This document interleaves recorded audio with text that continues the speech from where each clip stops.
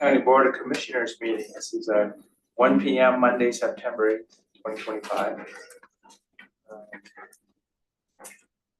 Citizen input. Is there anybody here for any item not on the agenda?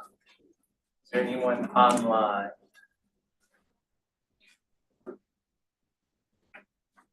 A raise hand feature. See Lorelei. Hello, Lorelei. Okay. Commissioner announcements. Say during our board meeting, we put in that one certificate, but then all of a sudden the announcements became a 15 to 20 minute event. So I'll be careful really with that. quickly today. Oh, but yeah, just Yes. Okay. So the first thing I want to say is I stopped by the Veterans Village today. They actually have 3 women veterans who were homeless, who are now part of their program, and it's working out excellently. And that wasn't what the model was from Clackamas County.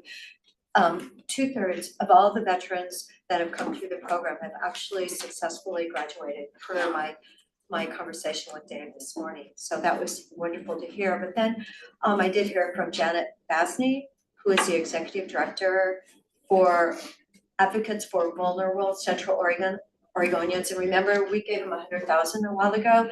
They've actually helped 42 people to date. Of the 42 people that they've helped, 75% of them are homeless and or at risk for being homeless. So she actually is asking if we can find any funding in the neighborhood of like 100,000 for this program, but it is really doing an excellent job. So appreciate meeting with her, and you know, I have some extra brochures if you all are interested in what they're doing. But the Veterans Village program, the fact that we've had 2/3 be successful, I think is really a testament to that program. And they do have the greenhouse built.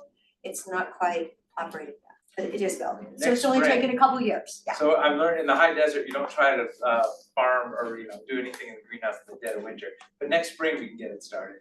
Yeah, and they can get a lot of heaters in there. Oh, but that's the point. Why put that much energy into it? Yeah, some solar panels. Any other kind of thing? So we got this letter for the Department of Transportation, but we'll talk about that for our other. Okay, so item number 1, county IT policy. Yes. Number four. Number 4, woo.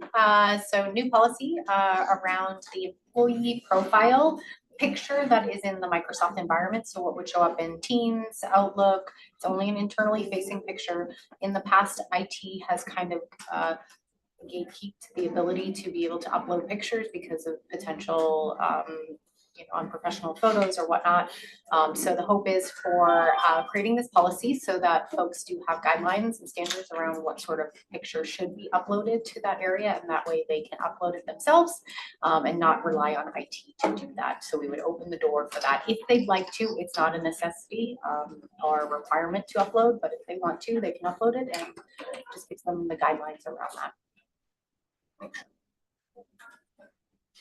Any questions? Yeah, so I looked through a little bit. It's pretty obvious. It's a clear, decisive little task here. How much work do you think this will save IT? Not very much work, because I think it was a barrier for folks to put that up there. They didn't want to contact and go through the steps or knew how to. So I think if we create the ability, meaning they can click on it, you can do it within the application. I don't think it's going to be much time saving, but maybe a benefit for folks of being able to see either put the face to the name and create some transparency throughout the county. So this is for a work session today to the consent agenda in the near future. Yes, Wednesday, I believe. Or is it on I believe so. that worry? So I did find it interesting that your 4 samples of what's acceptable, and then you say in neutral or plain backgrounds. So I guess a lot of trees is a neutral background. We debated on this, and it was definitely another one. It was a conversation in the policy advisory committee of what we thought was neutral, and the conversation was, there are folks who want to have a different background that is what we would maybe not consider being neutral, or but we agreed that was trees in the background was okay and neutral.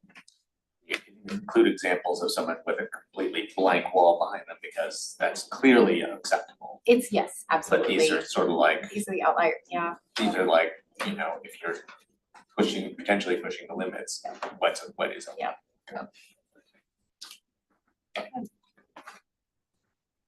Very good. Maybe we'll see you in the room on Wednesday, if All not, right, yeah. sounds good. And it did get, it went through the PAC, the Yeah, Policy good. Advisory Committee and the department heads as well. So Yeah. just so you're aware. Thank you so much. Very straightforward. Thanks.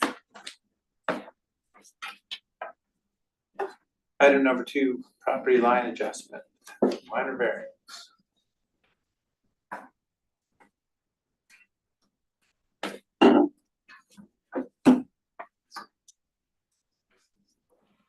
Good afternoon, Commissioners. For the record, Nicole Mardell, Senior Planner, Deschutes County Community Development. So today I'm here to prepare you for a public hearing on Wednesday, and this pertains to some minor variance and property line adjustment requirements in our code. So generally, the goal of this project is to simplify the property line adjustment process by aligning our local code with state standards, and through doing that, amend the county code to remove local criteria for lot line adjustments involving parcels smaller than the minimum lot size that go beyond these state requirements, and clarifying the process and procedure by which they're reviewed. So just a bit of background on this. This item was requested by the board to be prioritized during CDD's annual work plan process this year. This was requested by Adam Smith from Schwabe, who represents property owners in Deschutes County. But we have heard about this being an issue for quite a while. So just for some historical context, prior to 1991, property line adjustments in Deschutes County had really limited regulation in state law and local code. In 1991, the board adopted minor variance procedures for property line adjustments involving lots below the minimum lot size. So I'll use the example, if you're in the MUA 10 zone, an example of this would be that you're 9 acres, you're under that minimum lot size. So at the time, the board established a 10% area reduction limit. So if you were adjusting a substandard parcel, anything below 10%, if you're reducing it by just a small amount, no variance was required. Anything greater than 10% requires a much more complicated and discretionary review process through a variance. We don't really have a lot of information on why this was added. It looks like it was part of a larger package to modernize the code and adding this entirety of a minor variance section. We assume that the general goal was to preserve standard size lots to the greatest extent possible. So that 10% limitation may have been a way to do that, primarily for those rural residential zone properties with the 10-acre minimum lot size. In 2010, the board amended the code to the current process, which allows an area reduction beyond 10% for property line adjustments only on non-resource land under very specific circumstances without a variance. So this was a carve out essentially for the Dustin Road subdivision, a historic subdivision that had some issues with landmarking and surveying over the years. So the board created this carve out essentially so that, this large mass of property owners could get this corrected without major expense or unnecessary process. But this does apply to some other non-resource land subdivisions who had similar issues as well. Also happening around the same time from the 2008 to the present is the state added ORS 92-192. So this specifically addresses property line adjustments involving parcels below the minimum lot size, including requirements for farm and forest owned properties. So this area of statute is much more robust and nuanced, provides pretty clear direction on what to do in these circumstances. The situation that we're in right now is that our code essentially conflicts with ORS 92-192. That 10% cap adds a requirement that's not in state law, and it can complicate situations that state law didn't really see the need to regulate.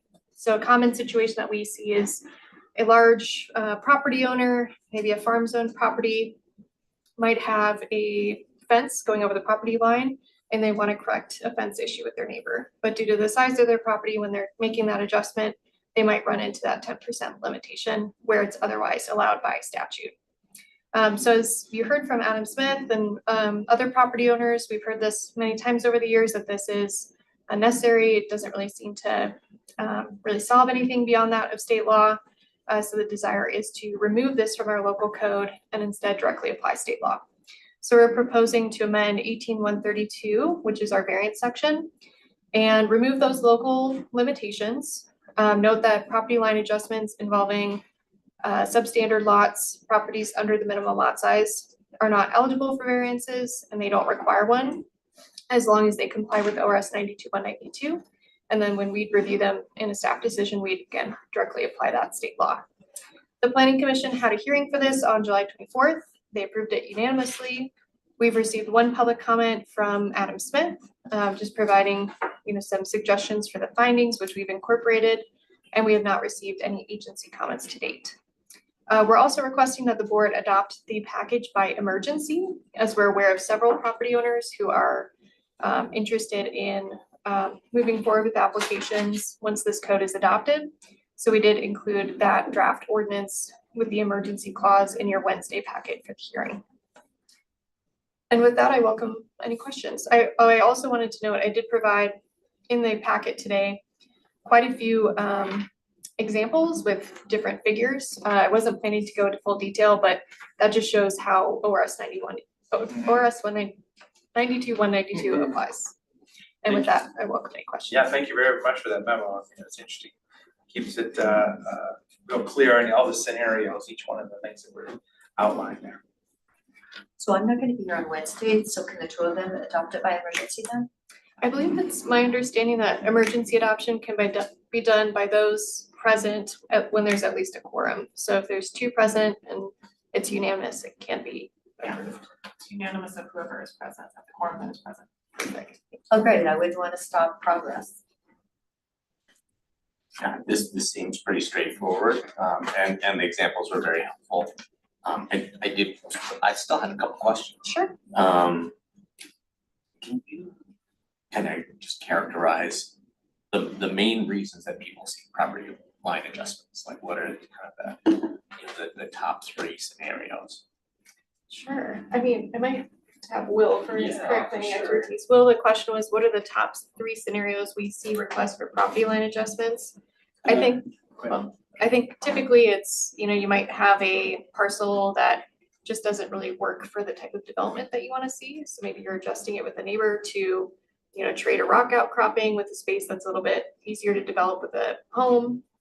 I think the other one is if there is a property line issue. So if there's a historic building or a fence, or even, a piece of a road maybe that isn't correctly monumented, doing a property line adjustment to correct that. Are you aware of kind of the top three? Yeah, you're right on track. Will Rhodes, your planning manager. Number one, Nicole got it there. This is like Family Feud. Number one is, something on the ground isn't what people thought it was, and everybody is real amenable to getting it fixed. The fence is in the wrong place. Somebody wants to build a new garage, and they need another 5 feet of setback, and neighbors amenable to trading in some property. So most common scenarios there. Occasionally, you have people who are in situations where they have 2 lots and the neighbor has a lot and they want to kind of divvy up that property differently. Some of our riverfront properties, we see that with some regularity. More rarely, you see it in cases where the lot line adjustment unlocks something legally. So an overlap with the previous category is, let's say I built a barn in the wrong place and I don't need setbacks. And so really the only legal option I have is to remove the barn or to move the property line, right? So, you're really trying to, there isn't a physical problem on the ground, but there's some sort of rule-based problem. So you can see that happen where there could be circumstances where a property might not be divisible because it lacks a certain amount of frontage. To the extent you've got a neighbor who's willing to give you access to that frontage, you might have a property that has 20 acres of R10 property that just doesn't front on a road. And so they need it, in order to be divisible, they need to get there. In other circumstances, what you'll see is that people have a number of legal lots. So, hey, I own, these 10 properties here, and they were conveyed to me, my grandfather by deed in part over the years, and they're in a really weird configuration. And now I want to push those lines around with something that's intelligibly developable. So, these are becoming, each time I switch topics, they become 10x rarer. That example you'll see, maybe once a year, whereas the lot line adjustments you'll see every month. Something on the ground isn't right. And how many a year do you think we're processing right now? Gosh, a few dozen. I can pull that number for Wednesday as well. That's, I mean, that's, Yeah. if that's generally right, that's, yeah, I was just trying to. Yeah, it order would be of something, magnitude. something more than 10 and less than 50 would be my guess.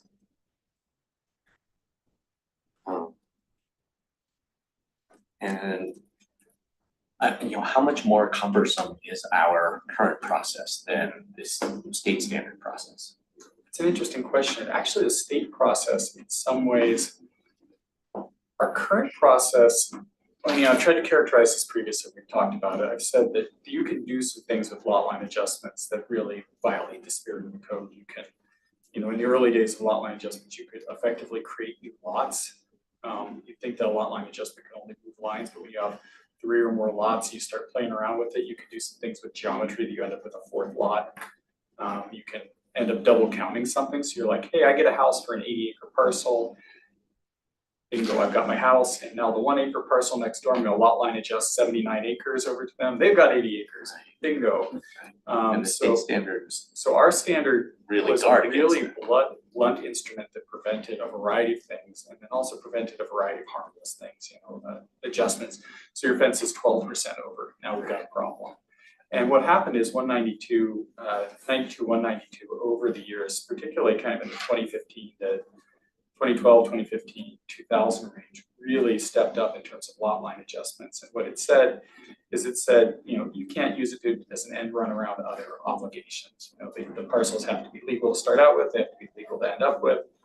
If one of them is smaller than the minimum lot size and one that's bigger, as you saw from the examples, you can do that as long as you end up kind of in the same situation. And so our rules were simple, and it was a kind of a blunt instrument. And the state rules much more clearly deal with the scenarios where people could do something that felt like an end run around the spirit of the law. And those have settled for a long time. Like there haven't been a lot of adjustments to 92 and 92. The last ones are some minor tweaks for measure 37 and 49 for the most recent edits. So it's been a while. And it seems like they're holding up pretty well in court and matching people's expectations. So they're not necessarily simpler, but I Yeah. mean, the state standards are not necessarily simpler, but it's It's like it's a different mesh. It's like we had a kind of a one size fits all, like 10% is going to solve all the problems, but in fact, different types of lot line adjustments in some circumstances cause problems. And when people are told no by 92, 192, generally my impression has been like, yeah, that was meant to be a stop sign there. The thing that you're trying to do, they tried to stop that in code, and you're trying to sneak around it by lot line adjustment, and you can't get there. So it's a firmer block, but it's a block to a limited number of things that people rarely do. But it's the number of pre-application meetings I've been at or other conversations where somebody's like, I want to do a lot line adjustment. I say that's precluded by 92, 192. It's like one a year. It's not things that people want to do unless they're trying really to, like, with a lawyer, wheedle around the land use system. And ORS 92, 192, of course, has those specific requirements for farm and forest zone properties. So it's like pretty nuanced, requirements that fit in really well with the Oregon Administrative Rule and statute on regulation of things like farm dwellings as well. So it provides a nice consistent approach. that was very helpful. Thank you. Well, a couple generations of code for Deschutes County, now it's all kind of consumed into the state rules for everybody around the state now. And yeah, thank the planning commission for reviewing this. It's nice backstop knowing that they have looked at that, that's a good diverse people, different hats on, looking at this big picture, so it's comforting to know that they've seen that and they've supported unanimously. I guess one last question is, other counties, do we have any feel for, whether other counties have taken a similar path, had local rules and then kind of set them aside and said, we're just gonna use these state standards? Oh, that's interesting. Do you know of ones that, I know lots of them don't have these standards. I know ones that have, so at this point, we really don't have supplemental lot line adjustment standards. There are counties that do have standards beyond 92, 192. One of the things that's been on your work plan, but it's not very attractive. It's not very attractive. It's going to sit, as it's never gonna get called to play softball on the team. It's like item 12 on your work plan, which is to work through replats and lot line adjustments. It's frequently used in other counties to, to have some nuance about when those two different tools can be used. And, it's something we should consider, but it's never come near first place for your priorities for understandable reasons. It doesn't come up very often. So there are supplemental rules that people put on lot line adjustments, and certainly we keep an eye on this. If there's something, that you find or that we find that's happening untoward from lot line adjustments, we'd be back to you and say, hey, here's something that, or you could tell us, hey, here's something weird that's happening, and we can adjust our rules locally. If we did this initial research, which I think was back now in May of this year, so it's been a while. I think we did take a look through kind of our similar county regulations, so Lane County, Washington County, Clackamas. And I believe we were the only ones with the specific 10% area reduction rule. But I can, kind of go back and take a look at those for Wednesday as well. Yeah. I was just curious. Yeah, I think my recollection is some of them have in specific zones to try to solve specific problems, say limited lot lines in specific ways. I gotta mention that 10% rule is very much just to resolve some issues that were obvious at the time, and that was just a point in time. And most importantly, if we've thought through we've thought through how these state standards would apply to lots of local situations, and it works, then that's the bottom line. So this will be a public hearing. Any other questions? Thank you very much. Thank you. Next item, farm and forest housekeeping amendments. Same team. Same team. Yes, so again, for the record, Nicole Mardell, Senior Planner. Here to prepare you for a public hearing on Wednesday related to farm and forest housekeeping amendments. So this, I would say, is relatively straightforward. It's housekeeping in nature. The goal is to align our local code with recent changes in administrative rule resulting from the Land Conservation Development Commission's Farm and Forest Modernization Project. So a bit of background on this. This was the first of a multi-year effort to update farm and forest requirements by the Department of Land Conservation and Development and Land Conservation and Development Commission. As we all know, the program and some of the requirements for farm and forest lands have been in place since 1973. So over the years, case law, some, kind of judgment calls from LCDC and some feedback from interested parties led to a long list of some issues needing refinement in the Oregon Administrative Rule. So this is the first package that was completed by LCDC on their work plan. Really, the goal for this one is to incorporate key case law interpretations, conforming rule changes to align with statute, and then to provide clarity and consistency in the process for review. So these were effective, adopted by LCDC rather in late 2024, became effective on January 1st of this year. So we've been directly applying state law so far whenever there's a conflict in our code with these changes. So it's already been applied. This will just amend the code so it's in alignment formally. We did provide an update to the board in February of this year, providing more detail on the project. I was just going to highlight a couple of the items in the rulemaking package and happy to provide more detail on any of these items as well.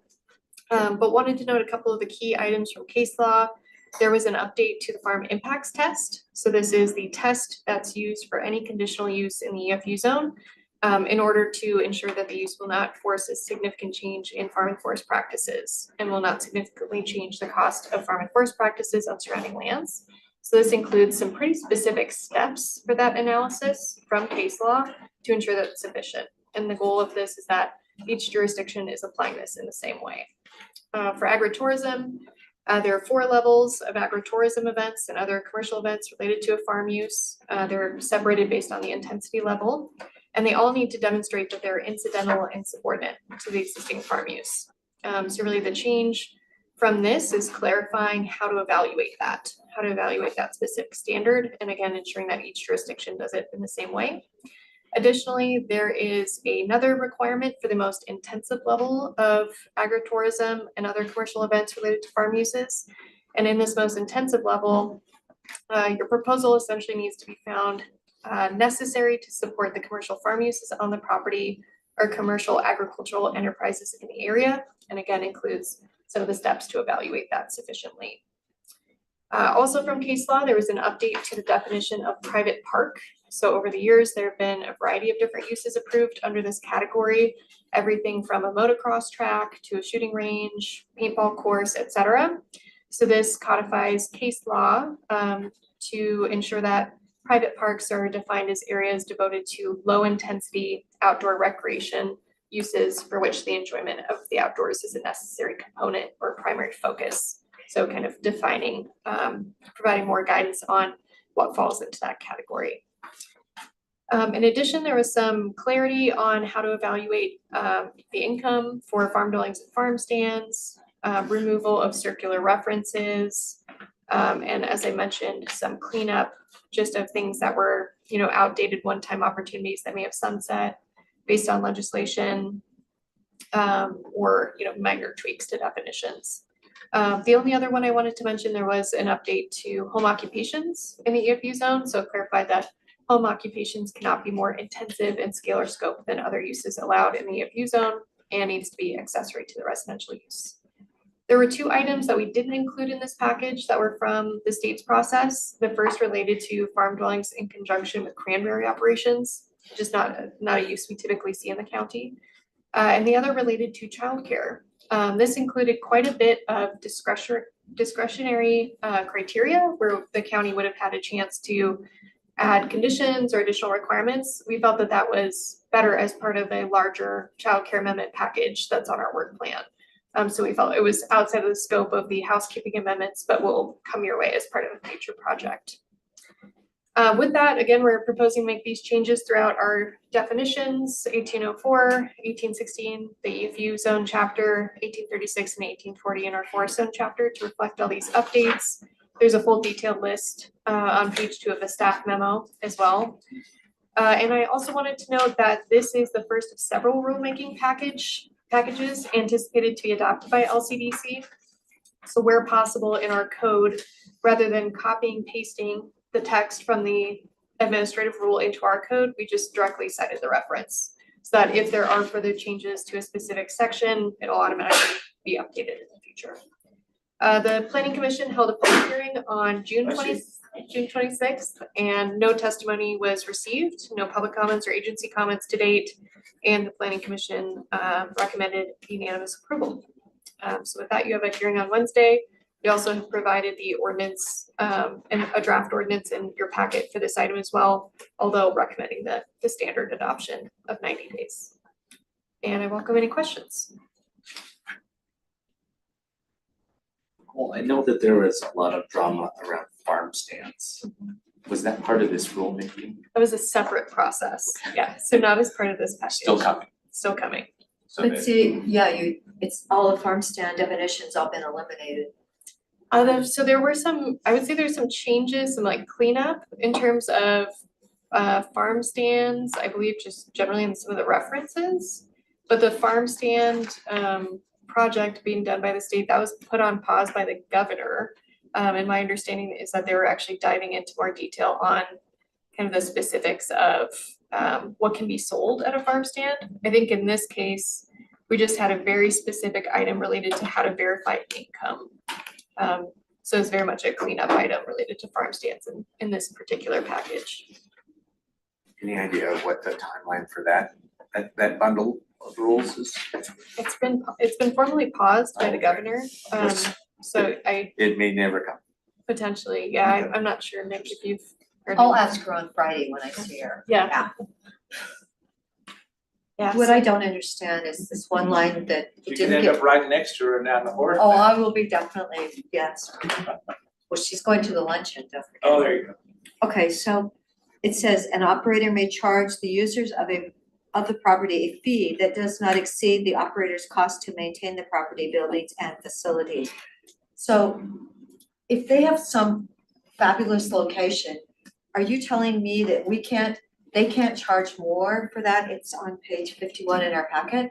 I mean, to me, that seemed rather, I don't know, strange. you're telling someone they can't charge more than for, let's say the location, the meadery right outside of Sisters. It's a fabulous location, everyone wants to go there and do something, but because of that, they're still limited in what they can charge. So is this under, on page 51, under C, 1C?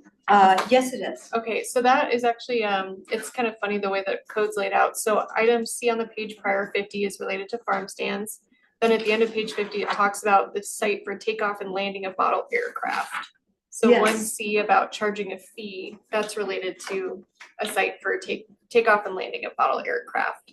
So it wasn't contemplated as part of the farm and forest rulemaking package. So I'm not totally familiar with that requirement. I just thought it was, It is, yeah, it is an I thought it interesting- was like very strange, it's still in there, yes. And I'm not sure if we've actually ever reviewed an application for a site. Model aircraft site, Right, yeah, no, that's Good different, catch. that would be different than like drones or unmanned aerial vehicles, right? Not to worry about it. So you say this would be one of a couple packages from this rulemaking, that way it is. yeah, there's I believe a 5-year plan that LCDC has put together for updates to the farm and forest rules. So they've kind of broken it up. I'm not totally familiar with what the next package is going to be now that it's not farm stands. But I believe that they have a strategic work plan, So this is the only package that's been published. correct? Got it. Okay, that's okay. And then I had another question about this, the winery rules, and they have to have adequate traffic control, and it must be one control person for every 250 people. Is that what we're required to do at our own fair that has such traffic nightmares? I mean, where do they come up with these numbers? Yeah, I'm not totally familiar. I think this is part of a, private winery specific to EFU zoned property, so I'm not sure if that our county fair requirements would Well, I fall into meant, this. because we definitely haven't solved that problem, and I'm just wondering, but they have to have one for every 250. So, That's in the city, it's in the city of Benton. okay, well, it's not, it hasn't gotten better, has Uh, it? No. Anyway, so 250, huh?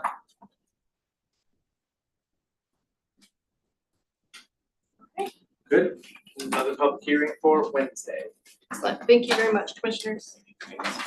And this is not an emergency one then? Correct. Recommending standard 90 days for this one.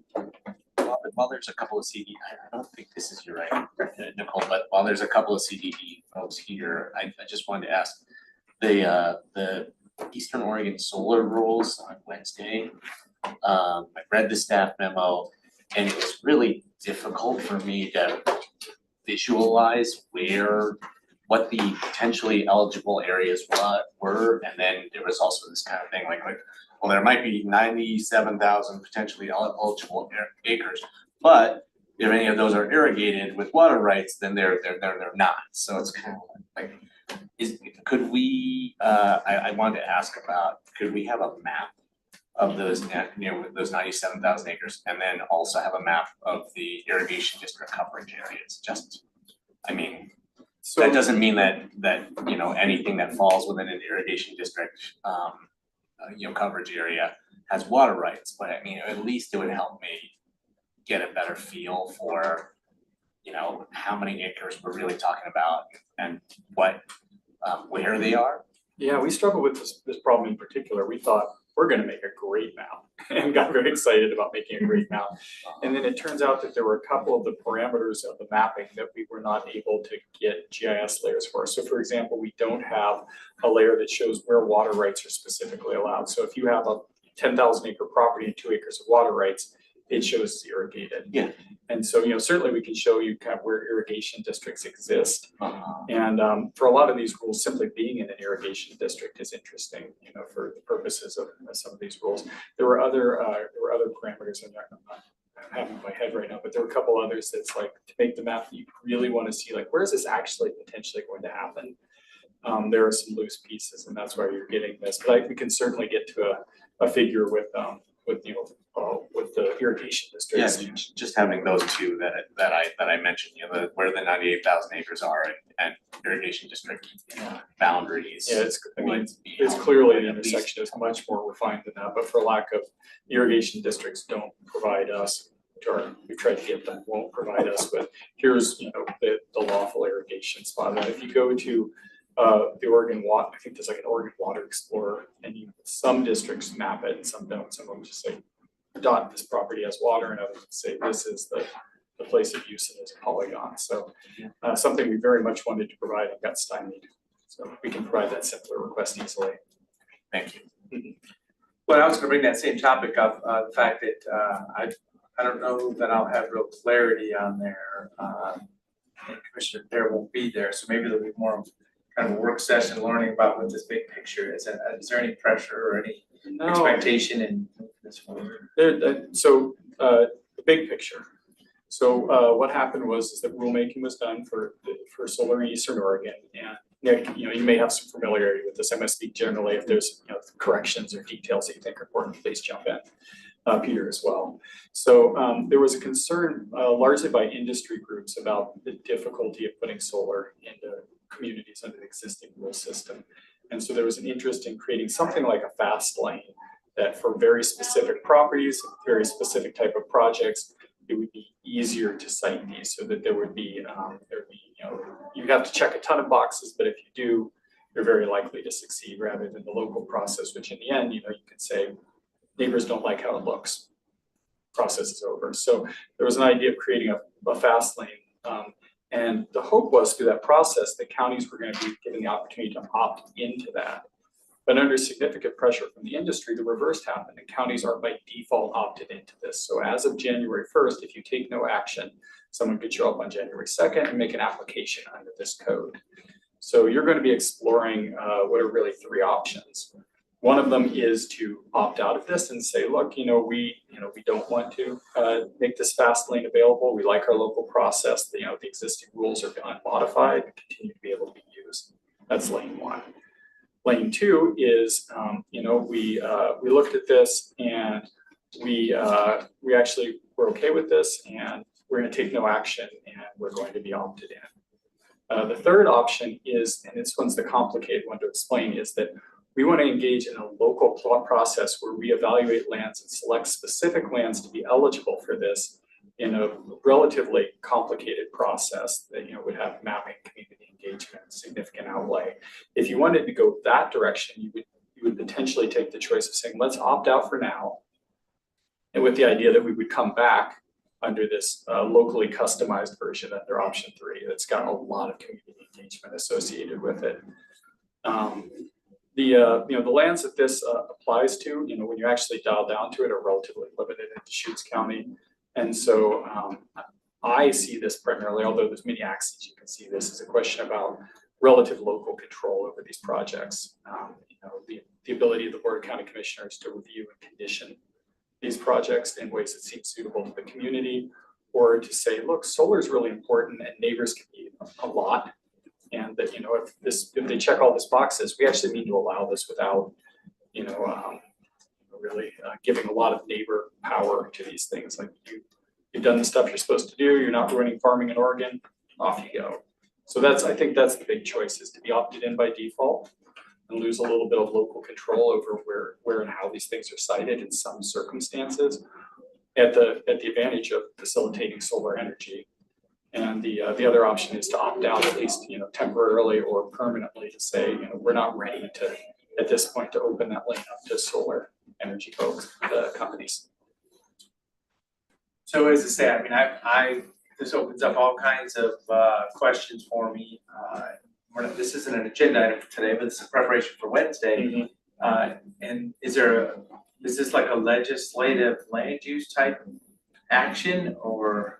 It is a land use decision. It is a land use decision. Peter's talked to the LCD about this more than I have.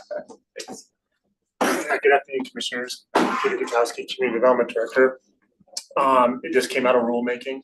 So state law has been updated to provide the three options that Will just summarized. the memo, and soon to be a supplemental map, really there was some direct intent to allow the county commissioners and interested residents, citizens, to understand kind of the applicability of these rules. They're really written for sparsely populated rural counties. And the reason why you come to that conclusion is, we reached out to like Morrow County, and just as an anecdotal example, I mean, you get closer to the gorge or the Columbia River and further east, you have solar farms that are hundreds and hundreds of acres in size that produce hundreds and hundreds and maybe even over 1,000 megawatt. The scale and the level of investment from an industry standpoint really pays off. In our county, if you look at just the statistics that we've given you since, I think the first solar farm application, ultimately approval happened in 2016, 2017. There's been, I think, 6 approvals, 5 have been built. I may be off by one, I don't have the number in front of me, but they're small. They average 100 acres in size, and that's when you factor in Central Electric Cooperative, which their solar was done really at the request of their members, and to just help diversify their electrical opportunity, their energy opportunities. But if you go to the solar farms that we have, they're 100 acres in size. And when you evaluate the exclusive farm use zoning land use profile in Deschutes County, irrespective of the irrigation piece, you could draw some conclusions. The Board of County Commissioners knows this. Our rural, that's in our control, that's non-federal, our exclusive farm use parcel size is orders of magnitude smaller than what you see north and east and south of Deschutes County. And so we were very careful in the memo not to get ahead of this issue, because the board gets to choose what option you think is most appropriate. At the same time, there are some realities in the way that our county has evolved over time. It's just, I say it respectfully, it's significantly parcelized. And our larger exclusive farm use zone properties, especially as you go north, right? Those are the ones that are irrigated and commercial farms. They're ineligible under the rules. So there's a lot to take away from this information as you consider it formally on Wednesday. The important piece that we wanted to emphasize as staff is that any of the 3 options still presents what I'm characterizing as a supportive approach to renewable energy. The option 1, meaning if you opted out of these new rules, just means you're comfortable with the approach that we've had in place to date, which allows for a conditional use site plan process. As noted in the memo, every single solar farm has been approved either by a hearings officer. One was approved administratively, but none of them were appealed. And so that's just something those are the facts. And so one can draw some conclusions that the existing process in many respects has worked when we were in this period of like 2016, 2017 to around 2019, 2020, where there were clearly incentives and a genuine interest in investing, not only big solar photovoltaic, well, north and east of us, but also here locally. So it was a difficult line for us to kind of walk, but we needed to give you all this data. And the other thing that the memo shows you, and this is that there is a sizable commercial solar farm being contemplated on federal land in between Redmond and Bend, east of Highway 97, that's under federal control. And those are, I think, more of your kind of can I say, typical solar farms that counties are experiencing, whether at the federal or non-federal level, given the size, the footprint, and ultimately the level of renewable energy that can be generated from a plant. In our county, which that's non-federal, there's just not a lot of land that comes through the filters that the state set for itself to encourage solar photovoltaic. So again, not trying to predetermine your decision, and a decision isn't imminent. You have until really the end of the year if you want to make a decision at all. But thank you for re-emphasizing.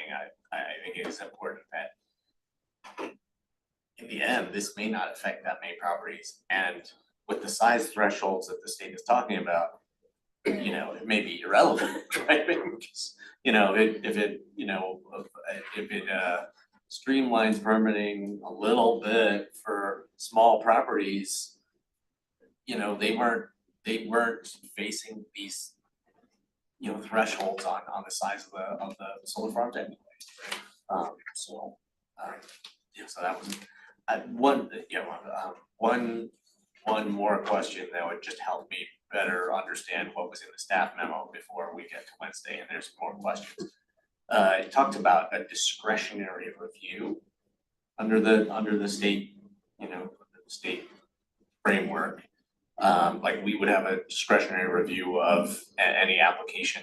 I mean, what does that mean? What exactly does that mean? That's a land use decision. So it's initially we thought the solar rules were going to be ministerial. If you set up this under option 3, you want to customize an area that through a community driven process, this is the area that is prioritized for solar. Initially, there was an expectation, well, an applicant could submit, and if they're in this location, it's a checkbox, kind of like rural ADUs, ministerial.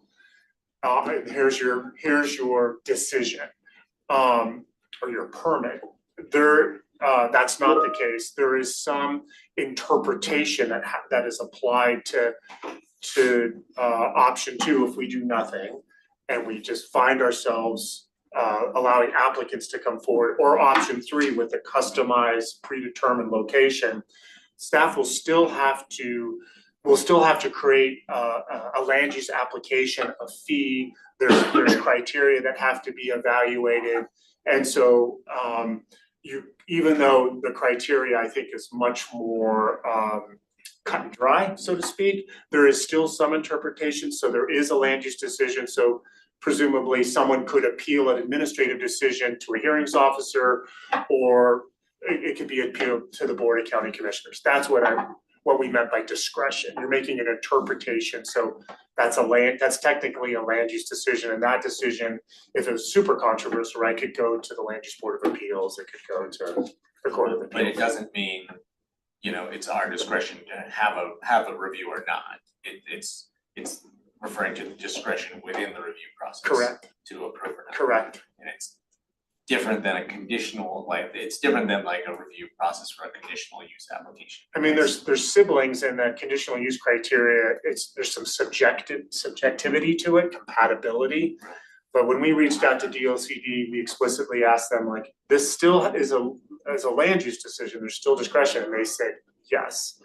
And we haven't gone into great lengths to scrub what that would mean, especially if the board was contemplating option 3, which is identifying sub areas or a sub area that would be suitable for commercial solar under these rules. But ultimately, it's a land use decision. Yeah.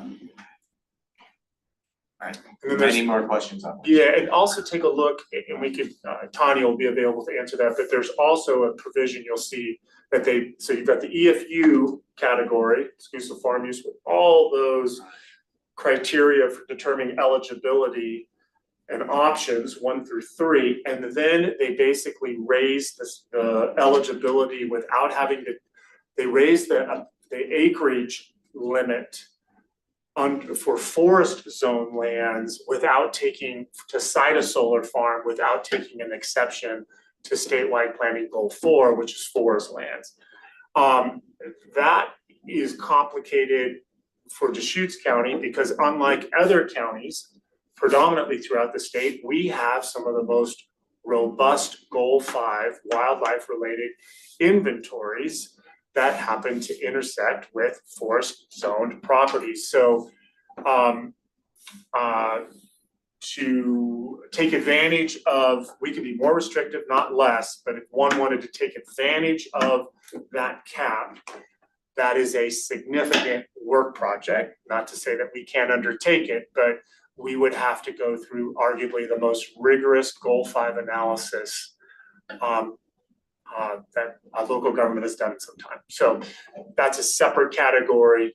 I mean, and we haven't heard anecdotally of a private property owner expressing interest in solar.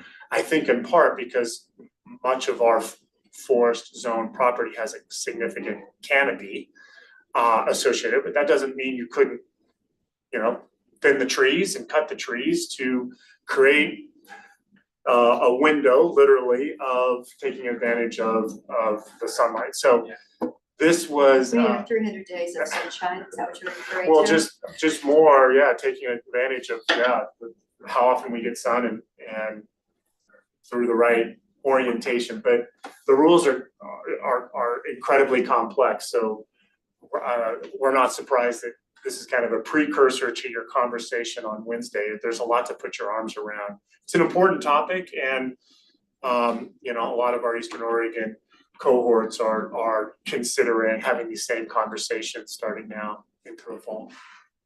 Can I, you just reminded me of one more map I would love to see is a map of transmission.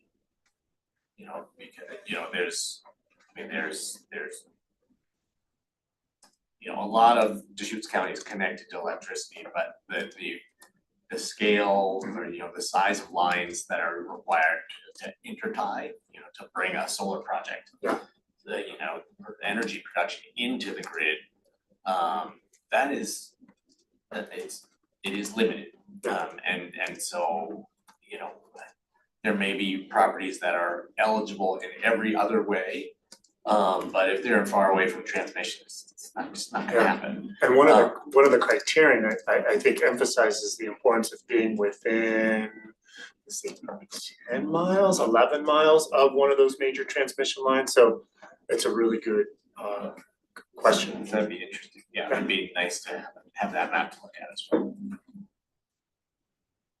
If you could even break it down by, who it belongs to, Pacific Power, BPA, one of the co-ops, it's the co-ops. I mean, they, solar power, depending on what happens with tariffs on foreign made solar panels, but I mean, solar power is, it's still more expensive than the hydro that co-ops get from the Columbia River system. So I mean, their incentives, their motivations to build renewable projects is very low, unless they're constrained, basically on unless they've exceeded their capacity in terms of access to power. Thank you for that discussion. Yeah, thank you. We'll start it off again on Monday. Yep. Thank you. Okay, so that's it for our published items. So as I said, I'm thinking that we'll learn more about that, probably not get to a conclusion on Wednesday. Is exactly what I was thinking. Yeah, no, there's a lot of still many questions on Wednesday, and then. So then you won't miss it. Welcome, of course. So other items, say a couple of things.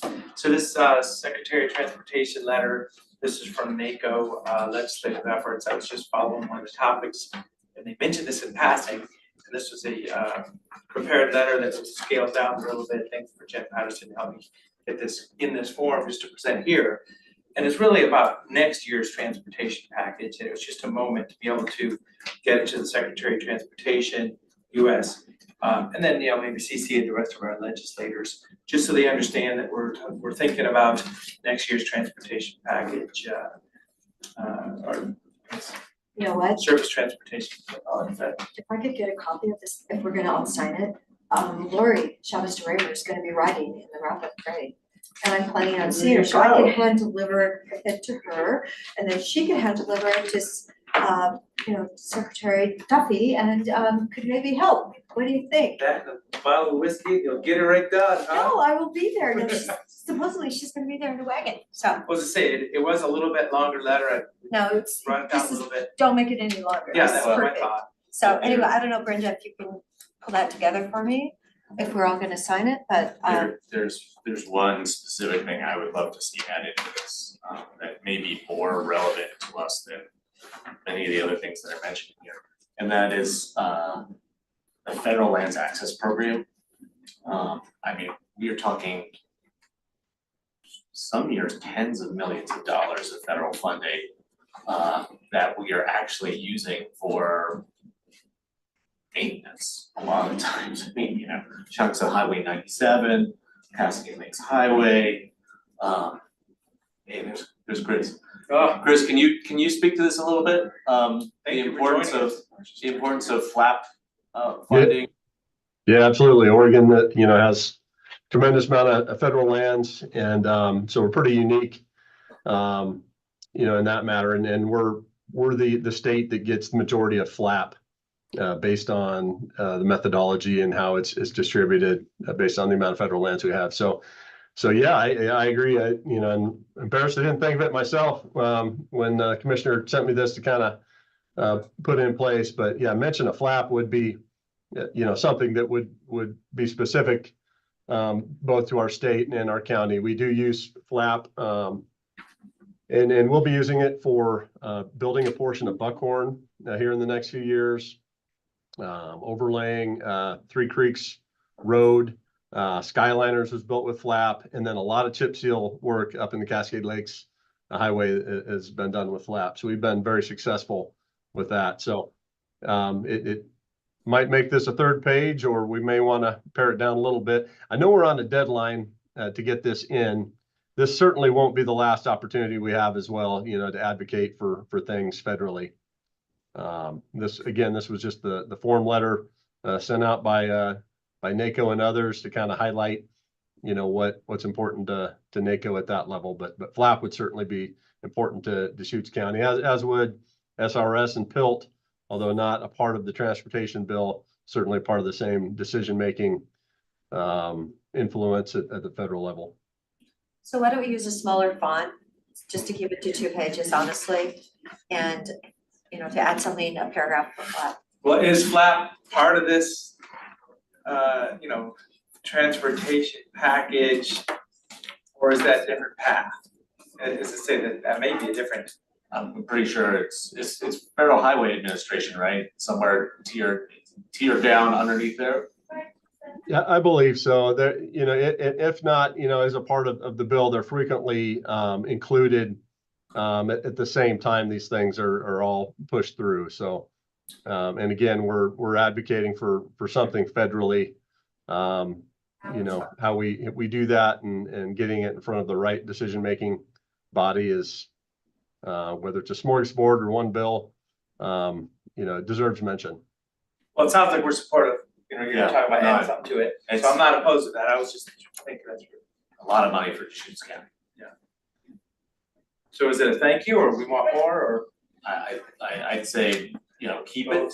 Yeah, there we Keep go. Like, who knows what's gonna happen? I mean, there's things, there's federal expenditure categories being slashed left and right, so I mean, I wanna make sure we're advocating to keep it. It doesn't need to increase or anything, but, I wouldn't wanna lose that. So finish up the letter with FLAP or lead with FLAP, do you think? I'd ask Chris. Chris, did you draft this letter? I put it in from a form letter to board stationery. Jen actually took it and got it down to 2 pages. So I actually don't have the one you're looking at. I had the one I originally submitted. I think lead with it. I think that first bullet where Deschutes County encourages Congress to, adding that as a bullet, extend FLAP. And to the degree we could also work in SRS and PILT, Now, But- let's not get overly bored. we can do that in 2 sentences and take her down to 10.5 font. There you go. Yeah, Okay, well, yeah, no, I like that, that's fine, so write it there. To that end, Deschutes County encourages Congress to, so the. Reauthorize. Have another bullet to reauthorize flat, yeah, We can do that. thank you. Brenda, do you have the PDF of that, or the document? So yeah, Brenda does have it, All right. Brenda wants to ship that to me real quick. We'll turn it right around. Okay, so with that discussion, without seeing the final version, is there a motion? so I'm signing the amended letter. Second, And then the only other thought is to CC our congressional leadership on this, because this is to the Secretary of Transportation. absolutely, that might make it more than 2 pages too, but. Yeah, well, that's fine, I mean, that was the idea, but it looks like we're going way past that. Okay, so, Okay. any other discussion? Seeing none, Commissioner Dare? Yes. Commissioner Chang? Yes, Chair will vote yes. Okay, a little bit of federal advocacy there. Then Commissioner Chang, you were able to dial in for the blueprint discussion at COIC, but I saw you dropped off probably about 10 minutes before it got started, so it started right at the bottom of the hour. yeah, I had to go to another meeting. Yeah. But then I went back and watched it while I was cooking Okay. dinner the other day. Oh, good. Was amused that Crook County that advocated so hard for Route D is now fighting Route D so hard. I mean, it's you know, I got so much pressure from people. Crook County is behind Route D. Why don't you just get behind Route D? That's just, I wish they had done a little bit more homework on the front end before they had pushed so hard for that. Well, and to say the Civic was there sharing that with us. It was good to have the roundtable of elected leaders from the Tri-County area getting that again. So I had seen the presentation. Each time though, it means a little different. We had engagement by citizens from Powell Butte, so that was really good. And also the public members of our appointed members of our COIC board. So that was a good moment just to think it all through. Obviously, we're years out before they even drop something on the table and figure out what we need to do there, but it was a good moment thinking about it. And we're years out from implementation, but I mean, the decision of what their alignment is gonna be,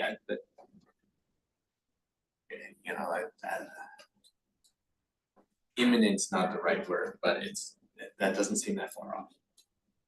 Cause then they have to start doing all that stuff, like their NEPA and their FSEC, all that stuff around that route. Well, as I said, they're the one that said, looks like this one's probably gonna take longer. He said, I don't think this one's. Yeah, it'll have a longer runway, is what he was talking about, but yeah, we'll see. While I'm on it, so then the next Wednesday's fan partner lunch, we wanna schedule around that, so. Maybe the 1:30. I don't know, I haven't decided. Yeah, I just saw it. So we can schedule around it, reconvene afterwards, or I'm not sure if we'll fit everything in it. That's all the information I'm bringing. I mean, that I would go if we could schedule around. Yeah. So, and just acknowledge then, if we have agenda items, we'll reconvene at about 2 o'clock that day instead of 1 o'clock. We'll see how it goes. That's it that I had. Okay, so I bugged Nick on the weekend and I said, okay, we only had 5 homes plus a lot of outbuildings. Can we make it really easy and simple when people walk up to our counter, email us and say, I need to rebuild, so that their experience is actually not as traumatic as they could ever imagine. So Peter, thank you for sitting down on that. I know my neighbors had their well house explode. It had their power in it, but people thought it was a house, but it was actually just their well house that exploded. And they're in escrow. Apparently they're still closing. So that was the really good news. But I just think for the people that did lose their homes, that would be wonderful. And then in the Wall Street Journal this weekend, it was fascinating. They had a whole section on if you need to build deer fencing, because the deer populations in such like New Jersey and things are just going wild. And I thought, wow, what is going on in New Jersey? They don't have mountain lions and wolves. So anyway, yeah, their deer population, maybe they can send some of us their extra deer. The managed camp meeting was Thursday afternoon. Unfortunately, the open date now is pushed back to January 2026. And it was repeated twice by, I believe, Natalie, that it was 200,000 pounds of trash that they picked up. Everything has gone well with moving, et cetera, putting people where they need to be, but it was 200,000 pounds of trash.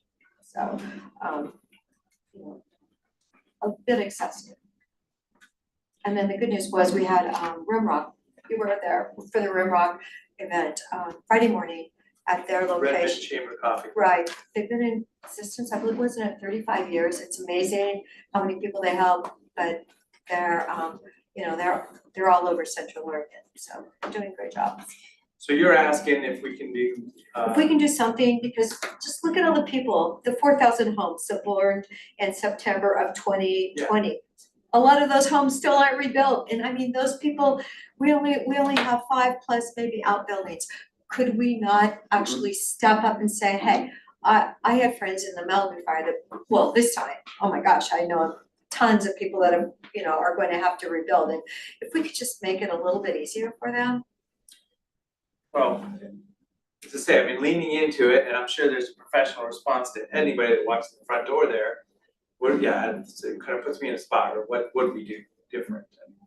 This is why I was asking, you know, for that resource website that would kind of provide a fast track for people into, you know, if you have to get rid of stuff that was burned, you know, here's what solid waste is doing for you. If you need to rebuild something, you know, here's how to navigate the community development department system. So I think people are working on that, but if there's ideas kind of beyond just kind of how to put people, you know, how to get people the right information, I'd be interested in discussing it. Remember, I had a friend who had a tree fall on his roof, and it took forever for him to get that permit, and he just lost his wife. And I'm like, oh, you know, that simple thing, that act of nature was so complicated, took way too long for him. You know, this is definitely, you know, people that didn't have anything burned. It actually, the fire was sited 3/4 of a mile from my barn. I had somebody look at it. Well, as I say, I mean, I struggle with this because, I mean, if somebody wants to build a house, they come in and they apply some plans and they get the permits and the approvals and go. What's different? I mean, yes, we wanna help somebody, but we should help everybody always, so I'm just. Well, we should help everybody else, but these people actually, it's so overwhelming. You know, So okay, what are we well, asking for? That's all I'm I'm just trying to get at. saying- What are we trying to do here today? I'm just saying, okay, assign a person that's gonna be there with them, get them hold their hands through it and make it that, what was that legal, that bill that didn't go through, was it 45 days or something, remember? And that was, and I said, well, you guys need to make it 90, and they go, Patty, if it was 90, they want 180. I'm just saying, could we like do it in 45 days or something, make it happen for people. I mean, is that impossible for 5 people and some outbuildings? We internet coordinated immediately, and the community development department, I think we do provide exceptional service to everybody all the time, but what we can But do. look, my which friend, is look, the what we roof, the tree on the roof wasn't exceptional. What we did in, for example, 2017 with Snowmageddon or Snowpocalypse or whatever we call it, we prioritized those. We put those right to the front of the line, which did expedite it. And with 5 permits, as Peter and I have spoken about over the course of however many months or years it takes them to prepare to rebuild, it's not an inconvenience, and it won't burden any other permit or applicant to put them at the top of at the front of the line, Right. which would help expedite it, and community development department's committed to it. But I'll turn it over to. Yeah, I mean, I was gone last week, but first thing this morning, I talked to, you know, Randy Scheid and Christy Appleby, our building and assistant building officials, also to current planning, and we are familiar with these kinds of circumstances. Thankfully, we have not seen the kind of devastation in other parts of of the state, but we will prioritize for those that are rebuilding their outbuildings. That doesn't require land use approval, that's just giving us. Even though you put in electricity in it with your. Well, you still have to submit complete plans, I mean, you know, and we have an abundance of information, But are those plans in record, do you already have those plans, like my house, when I left in the 93 fire, I took my house plans with me. Because we just had built our house, we just finished our house, so I had it with me, so I knew what I was gonna have to do to rebuild, but. Like my house that was built in Deschutes County, are there plans at the county on file somewhere, or is that lost? well, I mean, we have to 'Cause be. I didn't have anything to take with me. We have to be really, we have the plans to the extent that they're scanned in. Remember, it's proprietary information, so it's not like we can just distribute, you like that housing plan and you wanna replicate it over here, that's considered proprietary. So, you know, how quickly we can pull up the plans will depend on, I presume, on, you know, when it was submitted. I mean, some of these dwellings may be decades and decades old. I've heard anecdotally, that not every dwelling, there's 5 dwellings, I think, that were lost. There is a possibility that a few of those were not lawfully established. If they weren't lawfully established, there's not an ability to replace them. So That might be the one by me. and so regardless, we are willing to prioritize anybody that has experienced a loss in an individual fire. You know, we've had experiences, you know, periodically where someone has had a devastation just by an individual house fire or water damage, and we are very mindful of what that means to get people reestablished into their homes. And our team is again familiar with those circumstances, and we'll do everything we can to fast track if it needs a land use application, to fast track. When you do a replacement dwelling in farm or forest zone properties, you have to demonstrate, right, it was lawfully established and whatnot. There's some, state has some criteria that they apply, so there's an administrative determination has to be made to confirm that the property was lawfully established and ensure that the building that was damaged was either demolished, replaced, or reconfigured. And so we can fast track that while they're applying for as they submit for a building permit. So, So, Commissioner Peter, Dare, my question to you is you that- have a commitment from CDD that if we receive, you know, communications, people coming up to the counter that are ready to reestablish their roots on their property, we will put them at the front of the line and work them through the system to get their approvals as fast as possible. So Commissioner Chang's point, you know, on August 29th, there is information that is building to address the multitude of circumstances that one is likely facing. You know, the damaged materials, impacts to wells, potentially septic system. So all of that information is I think is in one repository, and we're aware of those addresses. It's been shared across the department to all the various managers, and so we are ready to respond in a moment's notice. Do we actually know what the addresses of the 5 losses? The state fire marshal report has a quick little assessment. So Peter, my question is still, do you have my plans in somewhere in your system then? It was finished in 2005, or do I need to like ask the original buyer or the builder of the house? I can't tell you right now, but No, but now I I'm just can, curious, cause I was like thinking, well, what am I gonna rebuild, you know? I mean, I can get back to you on that.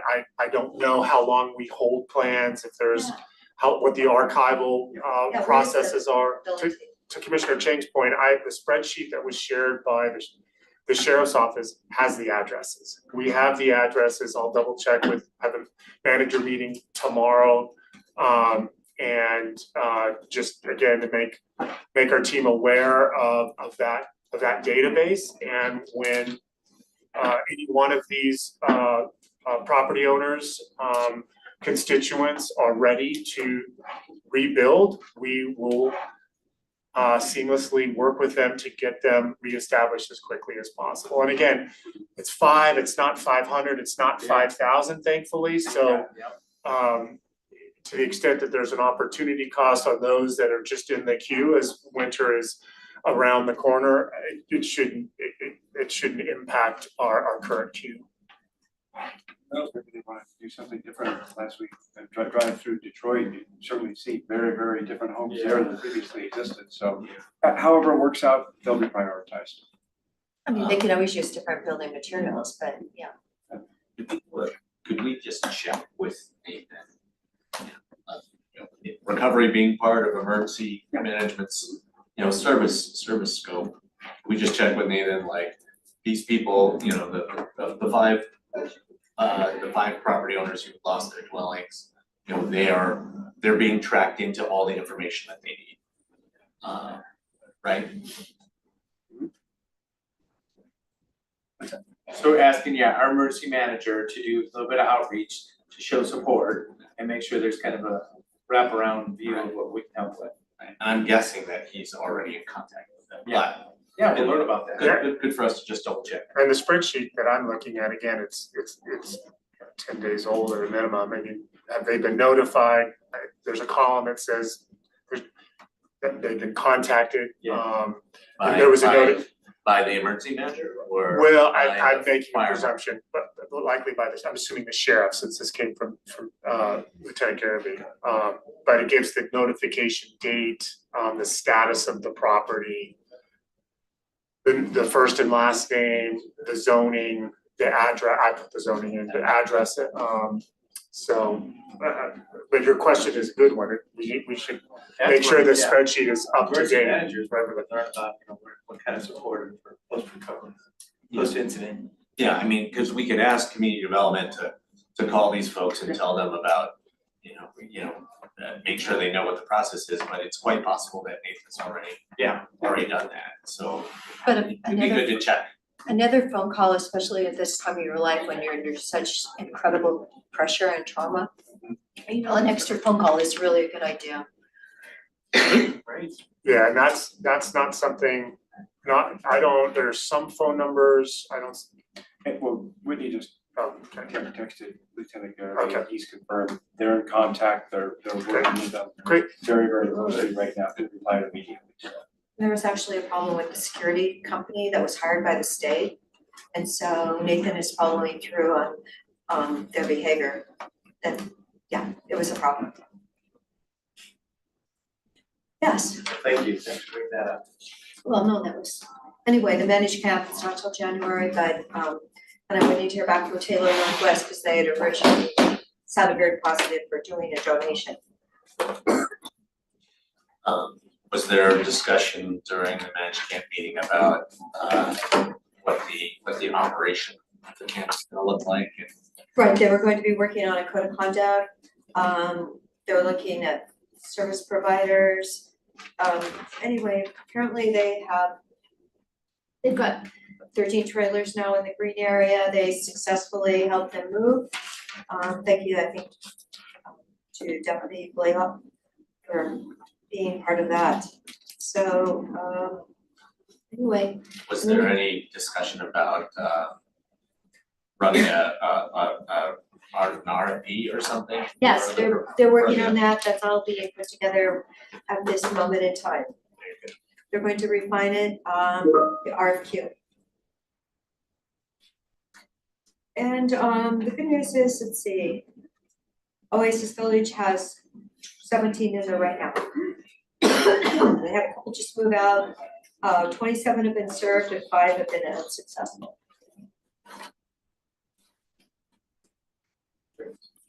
Anything else, other items? Now that we have executive session, right? Actually, we're gonna attempt to reschedule today's executive session for Wednesday. Okay, so no executive session. Very good, anything else? See you then, we adjourn. You have this information? But no, I'll take that, I mean, I might. Okay, I have some on my desk. Okay. website, so I said. Oh, So oh, there oh, are- yes, yes, yes, yes. Oh, that's great. Okay. So